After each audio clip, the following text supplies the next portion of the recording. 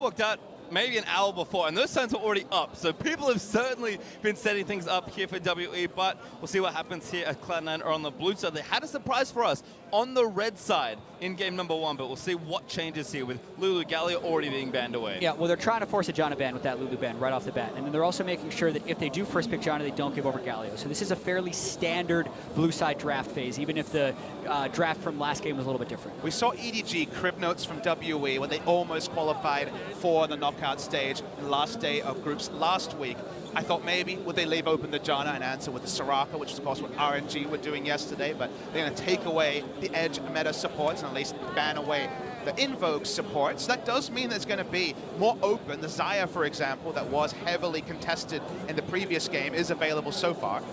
Yeah, and then now, which is the ban going to be? I feel like if you're in the position where you have to give over either Xayah or Tristana, you don't ban either, and you make it a trade scenario. And that also de-emphasizes the first pick priority of either Tristana or Xayah. So I'm really curious what C9 ends up going with. Sneaky has been firmly on the Xayah train at World, specifically in the group stage, has been taking it over a lot of other priority picks went up, but the tournament meta ends up superseding. This is very much a recent thing where Tristana first pick is becoming eerily normal. And I've been waiting for this pick for a while, and I'm actually very surprised that C9 went with Tristana, because in all of the games where we have had Tristana first pick, we've seen a Xayah ban. And bans are supposed to be better than the things that you are first picking, but C9 opts otherwise, and that does mean a lot of stuff is going to be going over to Team W here. And Mystic, usually happy to take the Xayah, actually will retake... If he just wants Kog'Maw. Kog'Maw, yeah. That's a Mystic thing. It's something that he would first pick in the LPL. They want to be able to carry with that pick, and they're just going to do it again. It's one of those surreal knife's edge where you look at Cloud9 and the fact that until the previous game, they basically won after 10 minutes with a gold lead or lost, and you say, okay, well, of course we need to reinforce our early game. We don't want to get run over. If you're a defensive mindset team, which is WE pre-Worlds 2017, you say, let's outlast them. Will it be to the same degree of greed? We are not sure, but WE seem to be trying to outlast once again. And I'm so glad Cloud9 did it. I like the Sejuani pick for WE, but they take the Java and they steal the Taric. Immediately. They took that as fast as they possibly could. That's kind of Ardent support number 4, and Karma is Ardent support number 5, unless you want to flex to something like Sona or Soraka. Karma, by far the most common version. And I want to note that one of the things I thought about with Cloud9's play is they're playing with an invading jungler. Why is there no Thresh? Why is there no Engage? Why has it been only Janna Lulu from Smoothie? Smoothie 7-1 on the Blitz in summer season. He's 5-0 Tark. He's actually freshly undefeated since summer started on this particular pick. He was the first big Tark from NA that I noticed when I was starting to see the pick come into the league and come into all the regions at the same time. So I'm happy to see a bit more playmaking. It's still an Ardent support, but a bit more playmaking available for Smoothie. Well, there's a Gnar ban for WE, so again, I don't think either top laner really wants to give this champion away. Very good in so many of these kind of tanky matchups that we see. Even though Impact did have a nice game on the Shen versus that Cho'Gath, WE going to cut one of his options away. And Cho'Gath, both available so far. Does WE try to swing the pendulum for a ban? We know that 957 will confidently take the Shen himself if it's available. Both of the top laners have held Shen poses in their player pictures. They're very comfortable on that pick. And the fact that they're banning Shen, I think, even more sets up the Cho'Gath pick if they want to just get that giant front line in there one more time and take it to late game, so to speak. Base ban for C9, Cho'Gath. The next one, this time not Lucian though, so kind of makes sense. We'll see what WE do here. Do they just kind of take the tank? Again, big frontline Sejuani is always good, so have an extra one perhaps, or maybe Rumble, another thing we've seen from the Chinese teams. Maybe not good here, given the current texture, but WE have kind of a lot to answer here in just one pick. The top lane tank and bruiser pool has been shrunken considerably with these bans. We've seen so many variations of Shen, Cho'Gath, Gnar, and also Maokai. You wondered if that was going to be a priority pick, and who would be willing to do it. I know C9 has taken Nautilus as well into the Maokai, so they're not going to have too big of a jump on it. They have to make no choices. I'm surprised that WE actually chose to blind the mid lane here. They had the Karma flex pick if they just wanted to lock into a tank, but I feel like they're leaving their options open to pivot with, say, a Rumble as a last pick if the comp allows it, or get at least a comfortable laning matchup. 957 has been on tanks, or he's been on the Rumblers. That's a singed potential blind pick being considered here. You thought Corky was bold. All right. And this is Impact, one of his famous picks way back when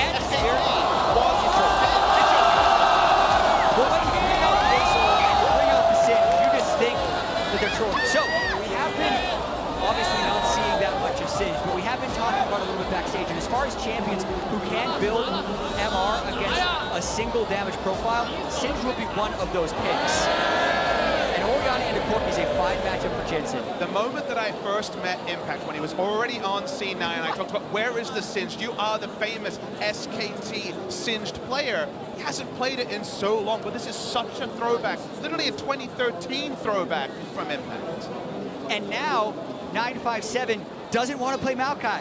It's not a good pick into Singe. Singe absolutely destroys that pick. How do you feel right now, Chad? I feel like 957 should have played Kled. He should have played something that can change the damage profile, but he's so far off meta. They've been thinking about the front line that they need, and they go with the Maokai. Okay, but let's take a step back. If he picked the Kled, you would expect jungle attention, and 957 has had the lowest jungle proximity since group stages started of any top laner. This is WE saying, like it or lump it, we're not going to go near your lane. We are not going to help you out. We are focused on getting Cogmore specifically through the laning phase. And sorry, you're going to have to deal with Maokai as against a Singe. They blind picked it. We had a Fizz and a Singed blind pick at Worlds 2017. I mean, you said it. What was left? That's the thing, right? Like, yeah, more than just Singe. C9 wonderfully navigated this draft. It was like, we think they're going to pick a tank based on what they like to play. Reaper's like, hit him with the Singed Impact. It's a blocker pick. This is going to be a really interesting game at this point because there is a heavily magic damage focused profile for Team WE, and Singe will get that adaptive helm and the Abyssal Mask very early on into this game. I think almost freaking out. He was rapidly telling his team what's going on. The ref had to tap him on the shoulder, say, go shake Reaper's hand. Reaper's already standing there just being like, come on, man. Let's get this game going. Cloud9 clearly have thought about this series a lot. 2 picks they have held the entire time. We talk about mid-worlds or mid-series adaptation. Cloud9 said they had barely scrimmed the Caitlyn before pulling it out against AHQ for that clinching game. And they were pushed to the brink. They went 3-3 in group stage. So we're living with the possibility that they may have prepped not only the Aurelion Sol, but also the Singed in the last week, just so they could pull it out against Team WE. In a world where bot lane is king, it is C9 solo laners that are giving us the surprise every game so far. C9, they found a lead in game 1, but could not convert in a very close set. WE, this is the team that I think always toes the line. They know how they want to play. We'll see what happens this time, though. And for C9 fans, I think it means so much that game 1 was so hyper-competitive. It was so close to winning because a year ago, they walked in as NA's last home against Samsung Galaxy and were blown out of the water. It was about as one-sided a best of 5 as there could ever be. And yet here, they were close. They were so close to winning in game 1. And they're showing us new upon new to try and get a big impression here in game 2. Exactly. In game 1, with Sneaky doing nearly 1,800 damage per minute and setting a world's all-time record with that stat, it's in contrast to their series score. His series score in last year's quarterfinal was 1 kill and 16 deaths. Smoothie did not help him out either. Was 0 kills and 11 deaths. Combined, their bottom lane was 1 and 27. That was much different last game. They are playing at a much higher level. Also thinking about C9 in the grand scheme of things. 4th quarterfinal appearance at Worlds. The 3 times they have been there prior, they have been eliminated on those quarterfinals, only ever winning 2 total games across those 3 years. They're trying to make good on that, and they haven't gotten that win yet. This game will really tell us about the direction of C9. And Impact already hanging out. He didn't quite tag away from behind the turret, but he's going to meet it nice and early. Notice that he doesn't actually use the poison gas at all so far. He does not want to start pushing the lane just yet. He wants to get a bit more information. Maokai hasn't shown, so he'll now start pushing. And I want to emphasize that Singed, when you play it, is actually a counter pick to the Maokai. One of the main ways that Maokai can sustain in the lane is through his Sap Magic passive where he heals on auto attacks. That cooldown is reduced, but not by Singe because he just runs and doesn't actually have to cast spells near him. And the counter pick is especially true in competitive play because, of course, the play you do is with the proxy, the ability to get lane control, get behind the lane and push him in, force Maokai under turret, and then the teleport plays that Maokai wants to make gets so much more tricky. I will say that was the old Maokai charged with enemy spellcast. The current Maokai charges with his own spellcast, but it is still incredibly difficult for him to ever get the damage profile to take down. And again, just the lane pattern is Maokai under turret, stuck there, nothing he can do, largely helpless. And again, if you follow previous games, Condi's not going anywhere near that top lane with his less than 3% jungle proximity. Yes, who is though? Contract's already on that side of the map, cleared out almost fully though by Condi. So we'll see what he does want to do here. And again, back to the bot lane. Mystic playing up an aggressive sneaky tag by a Q. And who's here but Condi? Yeah, and the Karma can shove in the Taric early on the lane phase. So even though the Kog'Maw you wouldn't think is an advantage matchup against the Trist, it's the duo lane. And the fact that they got the support counter pick, so to speak, by picking Karma into Taric gives them the ability to pressure this bottom side. Well, it's very predictable that even their top side focus would return to the vertical jungling that only helped C9 the last. Consider a dive if they really wanted to. Big group wave, like you said. Yeah, Jim's actually just going in on Xie. Xie forced out very quickly. Just a single auto there. Wouldn't have been kill range, but good sign for C9 as mid lane's become the most isolated lane recently until Contracts makes his first visit to the mid lane side. Jensen has been lethal on Orianna this year, but the pick is okay. So Shesh is here for a counter. Yeah, looking for a Contract, trying to fill something up, knock him. Oh, flash follow! Contract wants it! He's one more flash body with the interrupt! And Contract, he goes for him first one. Jensen gonna try and escort his jungler to safety. Shields do land in, and he may get away here. Flag drags out. Amazingly close fight right there. Jensen was waiting on his shield cooldown to save Contracts, but specifically the flash follow on the flag and drag to secure that kill. Sejuani was rolling into the picture like something from Jaws to turn around the turret dive, but the flash over the Thunderlord's front, just enough damage, the cooldown coming back, it all lined up, but it was just barely the right move. The Thunderlord certainly helping out as Contract with a very nice dive. We'll watch this one again. Remember, we have the minimap. We know Sejuani's on the way. Contract shows himself now to Xie. Sejuani wants to get there as fast as possible. They pull the trigger here. Nice flash from Contracts as well. Perfectly followed him around the corner, but then actually autos the wrong target after Condi hits him. Makes you put the first blood into question, but the cooldowns come back up and they make it alive. Well, Jensen actually building a nice lane lead as well. Xie did teleport back to the lane, but NCS down and maybe counting.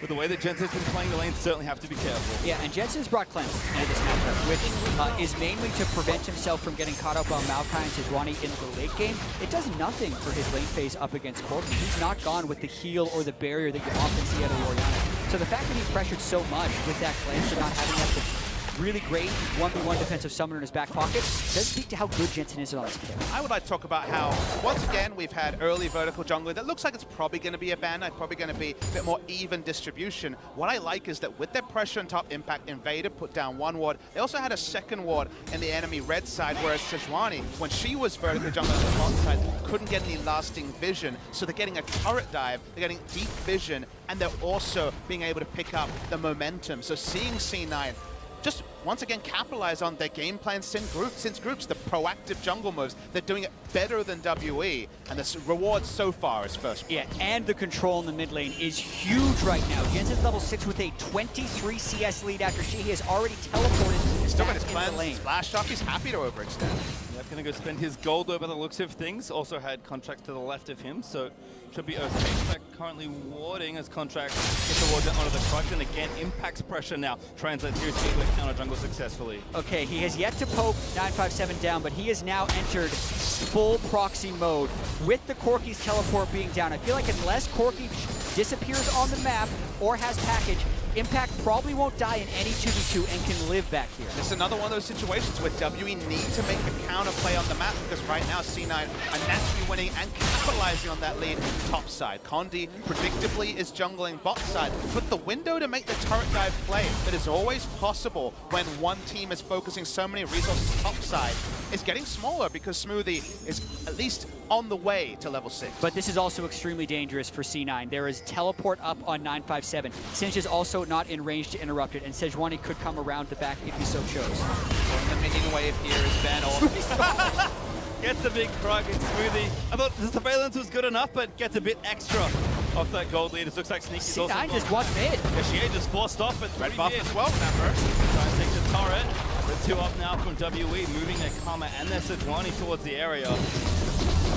But again, with how far forward Impact is pushed in that top side, it's actually a very short trip to get to the back of mid lane. And because of the natural pushing lanes here, specifically the Singe top, first foot forward is always Cloud9, that we do get the answering vision on the bot side, but no sort of tempo swing is available for WE, and C9 keep pushing forward. And I really wonder when Team W is going to make a play around the bottom side, because they've given up so much pressure top side, but there is a Cloud Drake and a first turret that would juicily be sitting down there that they have yet to attack. Yeah, Impact though, maybe lining up a dive, at least gonna feint it, but walks back towards the wave and takes the proxy. And I kind of agree with you. C9, they're winning their top lane, they're winning their mid lane, and let's call it an even 2v2 in the bot lane. The CS there is even. Yes, Mystic is a strong player. He can get things going and make sure that he, you know, can win lanes when he needs to. But all things considered, as we'll ignore that for now, as Impact, he's getting in there. Feels like it's 2013 all over again. You always wonder with a Singed, which minion wave is too deep to try and dive into Dirty Farm? It's so far behind the inner turret, not quite into the turret just yet. Yeah, and it's a lot of early pressure for C9 that they need to be able to build on. They now have level 6 on Tarek, so this is where you expect them to start making plays. It looks like they're trying to break the mid turret as their first turret of the game. Oh, Jensen, no, again, to play aggressive, stop threatening. Contract. Escape the Raptor camp. Like another champion there. And it's interesting, right? Team WE trying to defend this mid lane turret because tempo-wise, the resiliency that the mid turret has is now gone since we're 9 minutes into the game. The fortification buff is off, so they're going to continue to control ward the top side of the map and use that to try and break the mid turret. Getting mid turret will clearly allow them to continue to play super aggressive around topside, get the deep vision in, maybe Rift Herald will be an easy objective, but how they use Orianna after that can be interesting. She wants a short lane to farm largely, and lane turret going down would end that. That's a bad look. Probably going to get stand up here. Where's the ulti actually? Might be alive. Cosmic Radiance is good enough. Smoothie stays safe. So Smoothie ulti down, Smoothie healed down. That has all of their defensive tools off the table, and with the current tempo of the map, Team WE should be able to take this one. Not sure why Smoothie's staying around. He's blocking, Dazzle not enough though. Damage back to his band. Conti trying to take the ward down, but Sneaky letting it go. Trying to find time for his jungler to get back here and for the turret to stay up. It's already below half. Jarvan's far away. Yeah, incredibly difficult to hold this turret. So WE does focus around the bottom side to get a lot of it down. Teleport, they want to dive. Buster shot from Sneaky, disengages Mystic, and WE are going to take it down. Good cancel from Shea actually, who was the one TPing in. And Mystic collects that juicy first turret gold. That is the proper play for Team W. They also have the Cog Mod, who will be getting rage play relatively soon in the mid game, especially if he's able to go and get more free farms. So the fact that even though C9 is playing around that mid lane, around that top lane aggressively, that they didn't break those turrets means they have to break them soon if they want this to be won. The aggression isn't getting them as a global goal, but it has got Singed a Haunting Guise, which is a very interesting first purchase here. Expected Cal answering from 957, but already very offensive in the middle. We're expecting Catalyst, we're expecting there to still be the Abyssal Mask. The order apparently is left up to the eyes of the beholder. Yeah, magic penetration is good on Singed because he does such a large amount of magic damage and gets a lot of base stats from his ultimate, so it is absolutely a defensible build, but we want the multiple Spectres cows to come through in the late game. I just feel like Impact's not planning to interact with so much later, so we can still damage. Found each other, and W already runs up. C9 though are going to finally make the play. Turret is low. W can't really defend this safely. Sneaky does enough damage to take it down. C9 the eventual trade, one outer, first gold for Mystic, but they do take mid outer. They'll trade up. Mid lane turret is always take over a bot lane turret. Unfortunately, not to get the first turret gold, but really only thing that WE have to show for themselves. That's next top of Smithy. Where does Jensen go to get this farm now? He wants to relatively be in a short lane. The cleanse will help him be much safer against Kondi Sejuani in these fights, especially since he is so far into the he can threaten him off with his damages. I mean, one small point we can say is he can play to the top side, play to all the control wards he has, play towards, and a Rift Herald that objective has now spawned. The bot side of the map, that's a little bit murkier for the Orianna, who, as I mentioned, is really good. Well, they might go for it now. Clawing shield down. Dive down, a good split from Impact. Jensen just needs to find the ulti. Wakes it out. Great flash from 957. They still can think about going for the next one, but the longer they show three people out here, the more they're going to lose that inner turret down bottom. Kielson getting ganked, Mystic Man, and now Condi's doing the full contract. Does take out 957. Burns his flash to get out from under the turret. C9 should take this down, but WE going to get their spray. They take it tier 2 first. They put everything into taking down the Malphite and turret. could lose more than just one. We can't see the turret HP in mid. It has to be falling low to the Sheen Corki. They only now pick up outer top lane turret. And gold is even. Exactly. They're probably going to lose it shortly because Team WE has the inside track to the mid lane. That is not a trade-up. You could argue that the top lane outer turret could be better than the tier 2 bottom unless the mid lane turret falls as well. Simple math, 2 is greater than 1. Correct. Team WE gets the advantage. The whole game plan of C9 for the first 13 minutes was take down mid lane turret. They kept rotating through it, diving through it. So for them to have an answering turret there for WE really equalized the pressure, and if anything, gives WE a nose in front after C9 was proactive. Despite, again, the surprises that have shown us in draft so far, this game has certainly continued in a much more expected fashion. Sticky and Smoothie trying to defend and stay safe, but all of the attempts for WE goes onto Mystic. So, in this kind of metagame, given now that the expected thing has happened, do C9 have enough in their solo advantage to pressure this game, or are WE just going to keep being WE? Well, the precedent hasn't really been set when you have a Leandri's first item sit in the top lane as far as how the rest of this game is going to play out. Because if they do not kill that Singed, he will actually shred through a lot of people, no matter who he fights, but he will be squishy at this stage of the game. So he's got to worry about that rage really compound sensor, as is always the case since he gets to go mad to the concept. Lots of phrases this tournament I didn't expect to say, like at 14 minutes, a Leandri Sins is helping take down a Rift Herald, whose percentage damage, standard things in the 2017 Worlds meta. Rift Herald, like we mentioned, was likely to be a prize for C9 with all their pressure top side, and they still are top side as Ben might come and face check. The biggest prize though is of course Mystic got the thumbs up and does connect CCK! But right after was a great finish to the fire. Just going to the back those 2 seconds is real! Keeping up as well, but here comes Jensen re-engaged inbound, contacts in. Number with a great offbeat smash back into the Dazzle. He's going to find the tank and that's going to be a kill. You can see the squishiness of Impact actually hurting there. He flashed for a flip, which ended up being the last hit onto Mystic, but C9 ended up winning that fight by eventually getting everyone there and getting the jump onto Mystic in the first place. Don't have minion waves pushing though, so it is only 2 kills for 1, and Jensen's on a walk through the ult. Summoners. Oh, walks away. WE just not enough there, despite the Trinity Force finish on Gia, who TP'd into that fight. A little too threatening again. He's had such a good leading phase here. Yeah, but another critical thing about that fight is the fact that Team WE burned Flash on all of their carries, and C9 did not. So watch that Cataclysm cool down for Contract, because they can combo that with the Shockwave in the next fight and make a big combo. So that's a big edge they'll have going into the next fight. Gonna see the replay, and you mentioned, let's see some data points about what Leandri's first Sejuani can do in any sort of a fight. We're gonna see the replay. Mystic takes a lot of damage, but actually the terrain stops sneaking from getting autos on priority targets.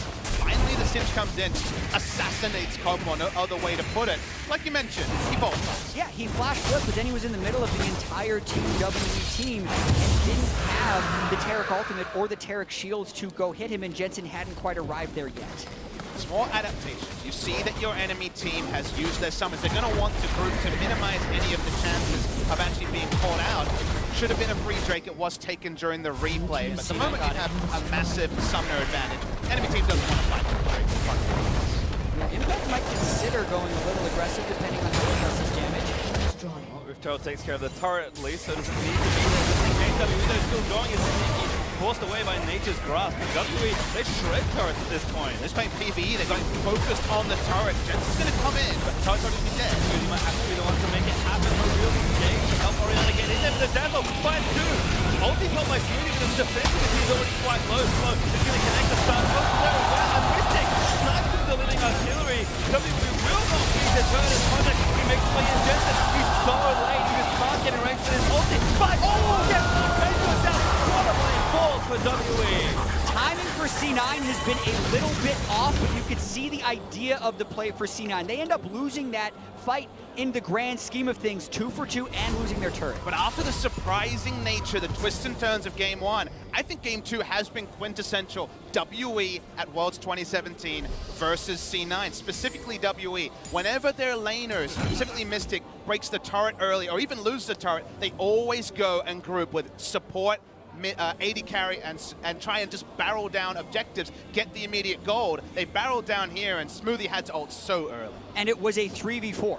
when they've stepped up to that turret with the Jensen Flake. Jensen would need to go with contracts early on for that to matter, because what they probably said in comms, no flashes on the support and AD carry, get him in Cataclysm. They did it, it worked in the end, but it was way too disorganized in the initiation. And I just feel that opting into these trades where you're getting immediate gold onto Mystic, he's got a kill, he's been involved in the 5 turrets, of course, means that he's hitting his power spikes a lot earlier, predictably, of course, than game 1. And this is WE playing their game plan, whereas C9 splitting the map and not getting the same sort of objective lead that perhaps the dirty farming Singe in the early game may have suggested they could have won. And despite the attractive scoreline for Sneaky, he's still almost 1,000 gold behind Mystic thanks to a very large CS deficit. So again, such a great struggle of power here between the two teams. Soul ends up for C9, but Mystic up for WE, and you almost always put money on WE when that happens. And this is how the gold graph always looks. Doesn't matter if 3 people are down, if Mystic is ahead. Concentrated power on a soon-to-be a Relic Shield 2-item Cogmore. It's just fine for WE. They want to fight. Good job. Get out actually a little bit by Condi. Sneaky lost the shot early. He's dead, wrapped in, and Mystic. Oh, look, he got the last kill. Condi played that perfectly, interrupted the jump mid-air with the stun, and also moved in an area where the knockback wouldn't answer him. Just a pure outplay from Condi. Great stuff from him. Going to take the jungle as well, and Sneaky being off the map means that all map pressure goes to WE. And you are seeing teams getting better at catching Tristana in rocket jumps, and more were seen. MLXG yesterday. MLXG yesterday, Condi just now, and Mystic getting extremely ahead. That 60 CS advantage as well as the last hit on this kill. Let's watch this one more time. Gets the stun up. Look when he uses it. Sit catches him in the air, and watches Tristana. Wants to hold him away. Condi had already postured in front, so would of course keep the gap closed there. Perfect stuff. The Sejuani player there, and things now are starting to fall apart a little bit for C9. Certainly in that bottom section of the map, Mystic 2 items now completed. Runen's Hurricane. Once again, the second. I think he's working on Fish, a little bit far behind, although Impact is making a go of this. Yeah, he's got a large experience advantage on 957, but with the Spectre's Cal on any tank, you're generally living for a fairly long time. Let's see if Impact can get away from this large beat. The rest of the team is coming, and Condi still has ulti. Nature's Grass has to outplay one. Run it. They keep running away. Oh my goodness, these don't. And that's with Baron spawning. Everyone showed she can scout this, and they can teleport in, but how much does C9 want to commit, knowing that WE showed everyone down bottom? They ain't gonna go. They have to burn it. Well, they are 957 recalls first. No, then they burn the TP. WE decide not to contest. You don't see Singe for a while, and what do you remember? Never chase that Singe, but the timer, Jat, the timer meant that the maximum punishment was available to C9. How does that happen? A 20-minute respawn against an Ardent Sensor turret. They chase Singe, and they put C9 back into this game. Every time to fight as well, C9 can find the angle with Sneaky. Something that's not going to happen. Jensen with a good ultimate clip GA. Doesn't quite steal the kill though. But C9 again, despite still being behind in gold, despite Sneaky still needing farm, there'll be an Inferno to take in a minute, and with Baron, they need to do damage and equalize the turret difference. Yeah, and I'm looking at Impact with just Mercury Treads and Rylai 7. He's got a lot of damage, but please, now you need to start building some more magic resist to deal with Mystic and Shie, because he can be such a force in these team fights with just an adaptive helm if he builds that as his almost lone tank item. Since C9 needs that teamfight power, so much of their farm is concentrated onto Impact. He's got an 800 gold piece on 957. He also has a Baron buff, which, with given how fast Singe can push and the fact that he has this burn build complete with Rylai's and Leandri's, they're going to have to make very quick plays with the Malphite, otherwise they will have insane punishment in the side lane with how fast he pushes. It's a much more damaging Singe than you're used to when there's no mana items. And I can't wait for this late game, because anything could happen depending on how Impact decides to play this game. C9 has good scaling with the Orianna and the Trish, but Team W has spectacular scaling with the Cogmore and the Quarterfinals. Groundly optimistic, poke again coming through, and C9 trying to just take the turret down. Gets it with the ball, Condi might be running over, doesn't the fight, but bringing it up, who's to the front side, Gentle, Contract Zone, is it going to re-engage? Switch it! Oh no! Mystic almost takes out the carries the safety here. Also low Mystic, blocking Oscar as Impact just barely flips to the rest of the onside of Jensen. Able to take down the tank line of Sneaky. jumps in to finish the fight. Cosmic Radiance landed on everyone, even Contracts barely on the AoE of that spell. That means they can just turn forward, brute force. They took off Baron, remember? Mystic also burned both summoner spells once again. C9 playing this really confidently, knowing the recalls are there for Team W's carries. One turret down, gonna make it two. Inhibitor also very vulnerable. Condi trying to do something on the back line, but he rejoins the team. Mystic though back in action. Pretty greedy by C9. Goes down. Pistol's good enough there for Shea. Now it's full retreat. Jensen, ulti for a while. Sneaky. Forced to flash away. Turns back in. Tries to take down Shea. Oh, doesn't down. Mystic seals it. With an Infernal Drake on the table, C9 tried to stick around to kill the inhibitor. That was straight up greedy. Shockwave's almost back. Finds it. Gets it. Oh my god. Contract. Double up. Turn around again. Smoothie cuts away. Go! Jensen back. Mystic once again. Still in debt. Mystic Tokyo does work. But now a 1v2. 957 back in contact. He flashes it into the waiting arm of 957. And all right, it's done. Yeah, Contract just gonna chill it out. This game is decided by inches. That's now 2 kills I can remember that Mystic's final auto attack post-flash has given him a last hit. The turnaround by C9 there by the Shockwave, nearly massive, but both teams walk away. Infernal Drake still up. It was such a deep teleport from the Maokai. 957 coming in with the home guards, looks for the target. The correct target's Deceptive. He goes on specifically to, I believe, the rocket jumping Tristana, but the fact that the Cosmic Radiance hits everyone means to re-engage. It's huge. And it's just a lethal combo with Orianna and Jarvan. Last game, so many people had a hard time getting past the front line. Orianna, Jarvan can bypass that. They then focus down 957, rocket jump forward. Impact narrowly missed his flash flip onto Xie's Corki, but then this is an overstay. Impact down on the flank, disrespecting Xie's burst. They try to greed for the inhibitors so early in the game, but it could mean free objectives in the future. Remember, this fight all ended with the Maokai backing. That's how long it was. It's WE in the picture-in-picture do pick up the Infernal, which was expected to be the trade as that kind of pandemonium started. Well, certainly we'll be happy with that, given how late game 1 went. Only about 25 minutes into this one, and Baron will be respawning again in like a minute or two, I think, given that C9 took it basically on the dot. So once again, Baron buff dropped off. Next objective traded over to WE. Gold sitting at even as the teams scale up. C9, they do have an open inhibitor that they can attack, and Impact is going down to that bot side. So we'll see how C9 kind of play their next step. Impact wants to kill him. It's going to be a 1v2. He's probably going to have to turn around. He also flanking? Question mark? Not quite. Some questionable map positions there by Impact. Actually really good positioning by Condi to cover Xie on that push. No jungle available, really just runs into the lane just in case. I want to posit this to you, Jap. Where the items are at right now in a 5v5 fight with no gold lead, to me the difference between a won fight and a lost fight for C9 is the Cosmic Radiance timing. Singed right now is a damage threat, does have situational tankiness with the ult, but the Cosmic Radiance allowing them to actually take the brunt of the early damage seems to me the difference. And we've had some great Taric play, we've had much more, I would say, questionable Taric play. They do have momentum, they can use the ult proactively, but to me, that's the time. And you also have to wonder how the team fights are going to play out, because 957 doesn't have the disengage after he initially goes in. Even though his teleport is up, that's the question. Can you fake the engage to get the Taric ultimate up? Because if they go in for the engage, Smoothie counters it with ultimate, and then their carries are still in range for a Cataclysm Shockwave combo, C9 has a huge advantage in those fights if it plays out like that, but it doesn't have to. WE can play a little bit of in and out, and when Mystic's flash is up, it is all the more lethal. Yeah, that's the timing when they probably feel like they can push out a little bit further. To me, that is the big factor, so they have at least one reset for the inevitable Cataclysm into Orianna Shockwave combo. That's time to push up.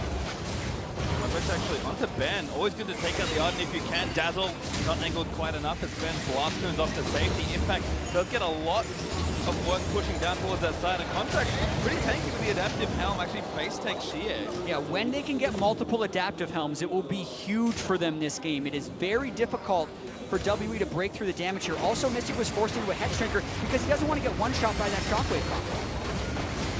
Well, situation good for C9. Actually equalized the turret difference finally as they take down the bot tier 2. Baron up in 13 seconds. Condi knows what that means. It's time to grab some vision. And I heavily think that with the recurve, I was going to say Wit's End to get even more magic than this, but now they have already completed the Bilgewater, so try and power through the Sins. The armor purchases are probably quite far away. Yeah, I think so much of it does just have to do with lifesteal if they're expecting these to be long fights. There's a tank line that he's trying to cut through. The Wit's End will help reduce the magic resist, but just literally lifesteal is so important for Mystic to always be at full health. Full health plus a locket shield means the Shockwave probably doesn't kill him. And I take that point well, because Ginsu's Rage, the Hurricane, so many different lifesteal appliers, you probably out lifesteal damage better than you actually reduce damage. Something like the Wit's End.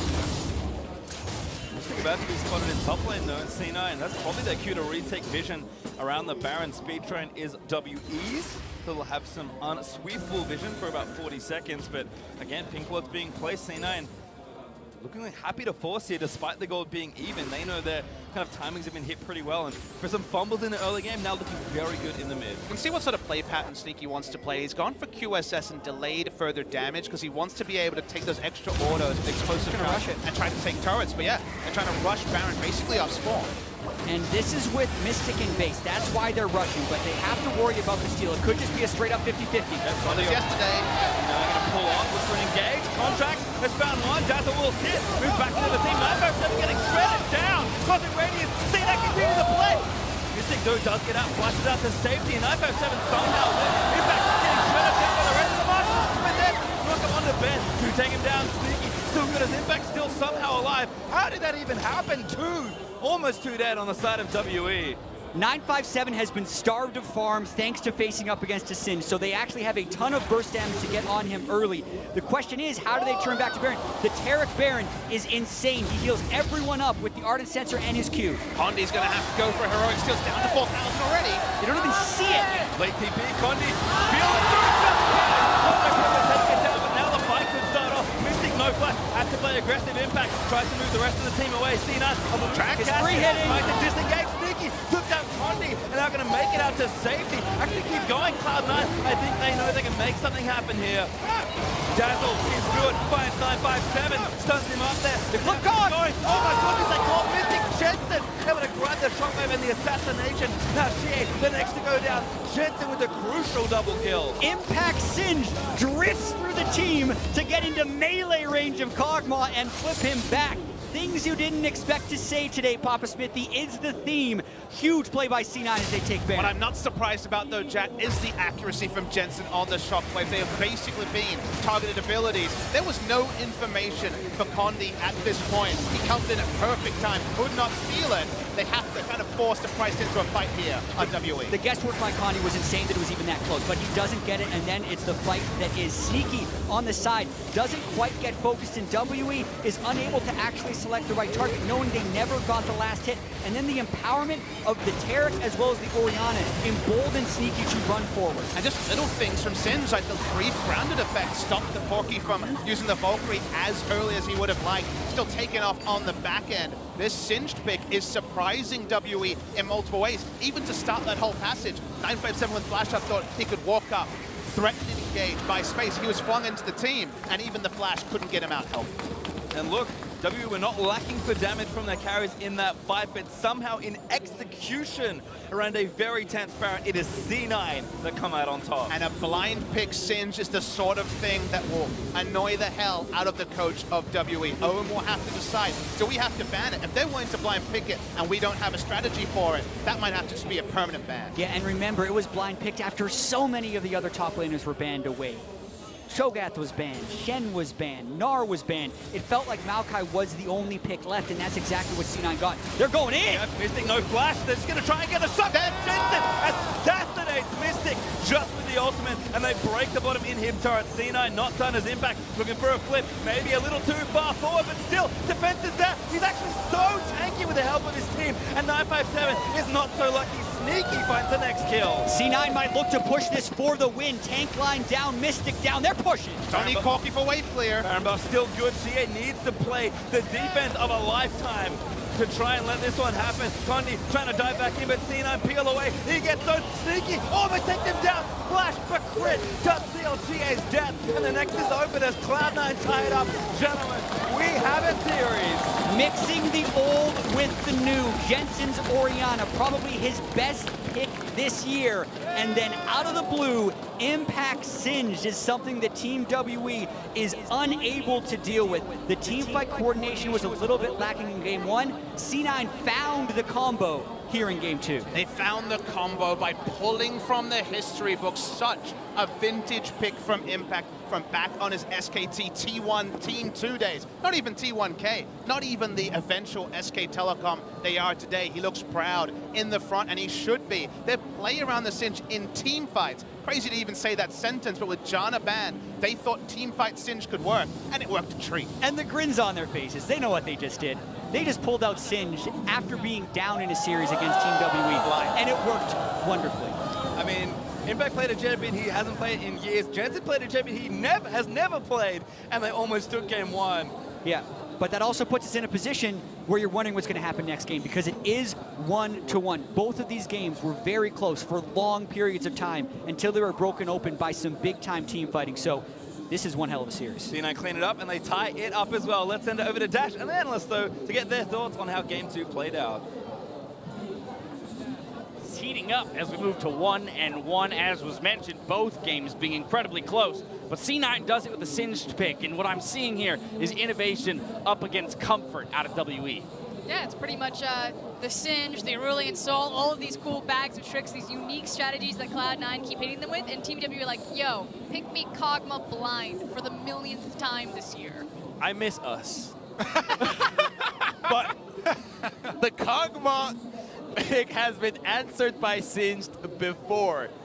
In the promotion tournament of the LCK, Singed into Kog'Maw has been a great one, especially with Flash, because as we saw, you just run at him with the Righteous Glory, you fling him into the back of your team, and it has more of an effect than any of the other tanks that currently engage into the carry. So I actually think it's a great pick that we might get to see more in this And series. Kobe on the dive, you called it out. It was asked what would be the next out-of-meta pick, and you said Singed might be the one. Singe was the first one because he had already been making a resurgence in Korean solo queue, and so many of the people were talking about, oh yeah, but in competitive, you know, you can't really split push that much. As my boy Crumbs here pointed out, with the Flash onto an AD carry that doesn't have its own dash, they play around the Flash cooldown really well. And as we said in the opening dash, Cloud9 are not a team to stagnate out on that stage. They're going to come back. They will not lose in the same fashion over and over. And this is where we look at Reaper, right? Putting together such an intelligent draft, because certain things had to fall into place from Team WE in order to enable that composition. You needed to have,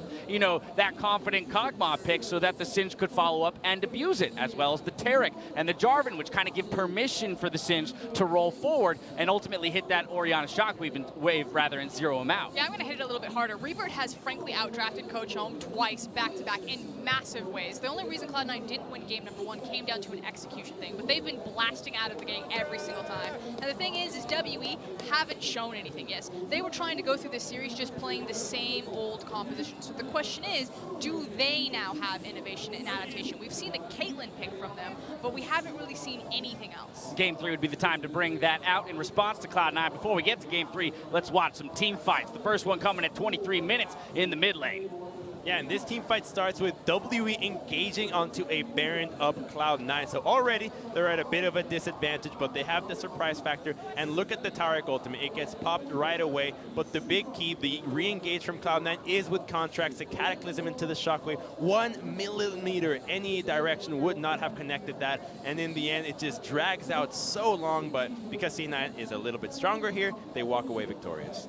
Multiple plays like that, though, that put Cloud9's teamwork on display, and the communication was much better in this game, much like it's been much better for us on the desk recently, and they were able to pull out these plays where they continually find the Kog'Maw and punish that Flash. And you can see Team WE trying to play around this. Again, C9, they have a beautiful engagement to take down the first tower, but then they just overreach slightly, to which Team WE will punish them straight into an Infernal Drake. So if they can eliminate those moments, then Cloud9 look better across the board. And speaking of overreach, I felt like WE actually had a good grasp of the early game. They saw the Singe applying pressure, and instead of acknowledging the Singe, okay, let's go push the bottom side of the map. They continuously opted into better trades, and I felt like, okay, they know what Singe does. they'll handle it, except they forgot about the Teemo taunt that Singe has. They sent 4-man to bottom at 20 minutes, and so Cloud9 just gets Baron. The number one rule in League of Legends, you do not chase the Singed. If you're watching this and you don't know that, now you do, and you have no excuses. But you talk about Barons, there were a couple Barons in this game. The first one came early. The second one is our Acer Predator replay here for game 2. C9 coming up big with the smite and the fight. I mean, frankly, the greater sin was the fact that they chased Cinch while the Baron went up, but this is actually the second one, and everyone's heart stopped. I saw Kobe clinch a little bit as Condi got into that pit, but in the end, Contracts finds the smite. Yeah, against the son of Baron, you don't really want to go for these, but they managed to secure it. And in the end, you've got Tristana just taunting the Maokai. W me, I can rocket jump back in. You don't expect the Tristana to be the one to going forward, but Cloud9, they have numbers advantage. It's back to that communication, though. The fact that Sneaky holds his W until the Taric stun is available, knowing that Smoothie's next to him, it's just orchestrated so well across the board. And I have to say, Smoothie has been super underrated here because Olay, kind of eclipsed him during the North American LCS summer, and so many awards were going his way, and it was all about initiation supports. Smoothie is such an adaptable AD carry. He's also stepping up in shot calling for the team. Excuse me, ADC, support. Who knows? Maybe he can play AD carry, and we still have 3 more games, ideally, to find that out. Could be another curveball that C9 decides to throw. Refocusing towards game 3, though, as the series is all tied up. Again, the onus is on Team WE now, having just taken a blow to the face. They're moving back to blue side, what they won with the first time around. But again, from blue side, you claim that Reaper outdrafted them. So what's the answer? How can they preempt that kind of outdrafting once again? If history tells us anything, it's going to be a priority over Janna. I hope that is not the case. I hope that they recognize how much Tristana has been a part of a lot of teams' victories, not just in this series, but also yesterday, and they start to change it up. If we see a Janna first pick go through, I'm pretty much done with this team. Any other thoughts from you guys? I want to keep on getting some unique picks here. All right, so what's the next one? Westrice is helping coach for Cloud9, so Akali maybe. Woo! They've also been practicing that in solo queue. All right, well, there you have it. Up next, we have game 3 of Cloud9 versus Team WE after the break. And before we go, while leading in damage can be oh so sweet, keep in mind that there are more ways to carry than stats can show. Here's an example from